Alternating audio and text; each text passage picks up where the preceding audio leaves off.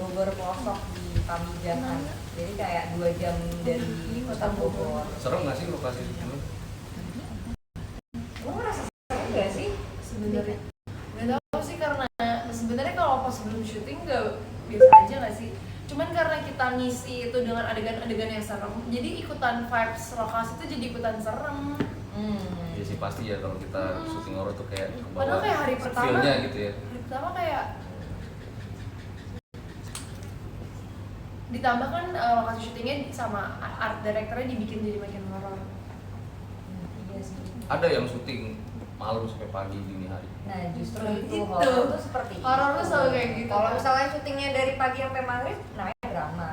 Kalau horor tuh kebalik syutingannya. Jadi kalau namanya apa sih? Callingan zombie ya? Zombie. Callingan zombie. Oke. Jadi kita di calling kayak jam 6 sore. Bang Fajar itu katanya, Bang Fajar Nugros apa Fajar yang ini? Gitu. Ya ini dibaca loh komentarnya tapi nggak ada yang nanya. Iya pada nyapa-nyapa doang. Ya? Yolanda di calling ada action nggak? Ada. Semua itu emang tentang action. Iya nggak sih? Iya iya. Pasti dikoreoin kan, lo mau nakut-nakutin orang, terus lo ketakutannya seperti apa. Menurut gue itu aksi-reaksi dan perlu dikoreoin, nggak bisa yang tiba-tiba langsung jebret adegannya jadi, itu nggak bisa. Ya gitulah, gue banyak jatuhan, terus gue banyak ngejar si Yolandanya, gue asen Corin juga kan di sini kan, jadi gue memerankan Yolanda tapi gue juga meranin Corinnya juga gue. Jadi hantunya Agni, Corinnya. Iya, semua kayak Jadi masing-masing karakter tuh yang meranin Corinnya masing-masing. Kebayang nggak capeknya gimana? Jadi kita waktu take kayak pertama ditakut-takutin sama stand double. Jadi kameranya dari depannya kita nih. Terus habis kita takut-takutin kecapean kan. Terus ayo ganti makeup. Di makeupin tuh si Corin. Terus gantian gue nakut-nakutin stand double. Gitu aja terus. Nah ada nggak sih adegan yang nggak bisa dilupain atau tersulit nih buat kalian Ini berdua? sama nih pertanyaannya. Wow, Lumayan universe. bang. Nah, Adegan yang tidak bisa dilupakan. Gak bisa dilupain semua sih. Nguren dulu semua. Parah. Yang paling lah, yang paling kan ada tingkatannya tuh. Nggak ada. Soalnya seru-seru banget sih ini asli. Nonton tuh teman-teman ya tanggal 1 Desember 2022. di bioskop kesayangan kalian semua. Ada lagi pertanyaan? Kalau nggak ada yang nanya, gue Kalau nanya nanya terus apa nih. nanya lah. Kalau kakak bisa ngeliat, kita yang tanya balik deh kalau gitu. Iya, Kakak bisa iya. ngeliat.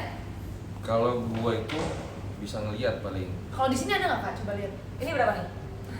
Ngelihatnya tuh biasanya ini teman-teman yang Oh. punya niat buruk pengen minjem duit bisa gue. Bah, itu juga. Kalau udah begini ya kan. Itu banyak apa banget yang nanya gue tuh di kabar? channel YouTube, di TikTok bisa Apa lihat ya. kabar? Gue bisa lihatnya itu kali. Kalau Oh. lihat hantu nggak bisa, kita yang normal aja. Oh jadi kakak sebenarnya nggak bisa ngeliat hantu? Nggak bisa kan Mau kalau gue dibukain nggak mata batinnya? Zulfa bisa nih bukain mata batin. Mata hati. mata hati aja. Cie. Tapi Jangan jadi mata sebenarnya batin. kakak tuh nggak bisa. belum Enggak, bisa. kalau gue kan RJ5 itu kan podcast horor, jadi narasumber narasumber dari biasa orang. yang Kakak mengalami yang- kejadian horor, unpredictable. Tapi pernah nggak sih kayak misalnya Kayak ngobrol kakak di pas tongkrongan baca, aja. kakak pas bacain pengalaman orang, terus ternyata kakak ngerasain juga setelahnya kayak kutukan gitu. Kayak karena kakak bacain pengalaman Oh, orang, iya, iya. terus kakak kena juga ternyata, pernah nggak? Terus kakak Dulu ceritain pernah di sih. podcast sendiri. Jadi dulu awal-awal kan nama programnya Om Mamat, obrolan malam Jumat. Jadi di Om Mamat season 1 itu narasumber yang datang ke gue itu ceritanya kayak film horor semua, banyak plot twistnya dan serem-serem banget. Gue tuh dulu sampai mikir kan, ini orang kok kayak film ceritanya gitu, tapi benar-benar bikin merinding gitu loh, serem banget gitu. Nah gue sampai di satu momen itu setiap hari gue nggak bisa tidur, jam 3 pagi itu selalu bangun. Gue tidur jam 1, jam 3 tuh bangun. Jam 8 kan gue harus kerja kan, ngeselin banget gak sih? Nah akhirnya capek tuh sebulan kayak gitu kan. Ini sebenarnya ada apa gitu. Terus gue juga cari-cari di artikel, katanya kalau menurut kepercayaan orang Jepang, setiap jam 3 kita kebangun itu ada, gue lupa nama hantu Jepang apa, dia berdiri di depan kita gitu.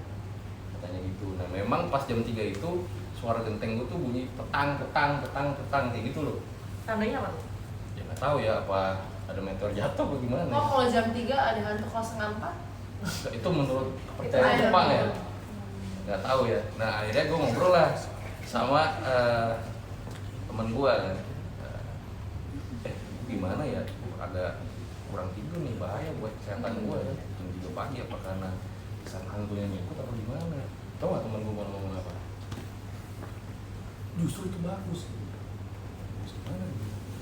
Nah menurut kepercayaan gue ya, kan gue muslim, katanya jam 3 itu Lu dibangunin sholat ya? buat tahajud, jangan tahajud kata dia.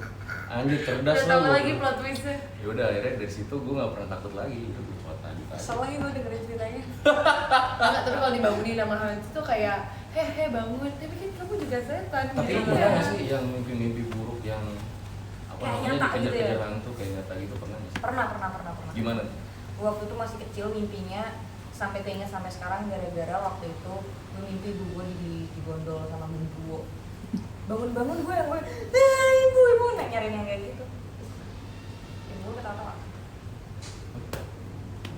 Pas bangun. Pas bangun gara-gara aku saking takutnya kehilangan, mungkin karena aku saking mengidolakan ibuku gitu, sayang banget sama ibuku. Ketika ibunya tahu kalau anaknya takut kehilangan ibunya, jadinya responnya, dan itu mimpi buruk mungkin lucu gitu buat dia, padahal ini sampai sekarang jadi momok buat gue gitu. Oh iya, jadi kita jadi tahu ya Kak Agni itu ternyata sayang banget sama ibunya guys. Siapa yang enggak sih guys, kalian kan juga sayang banget. Kalau lu?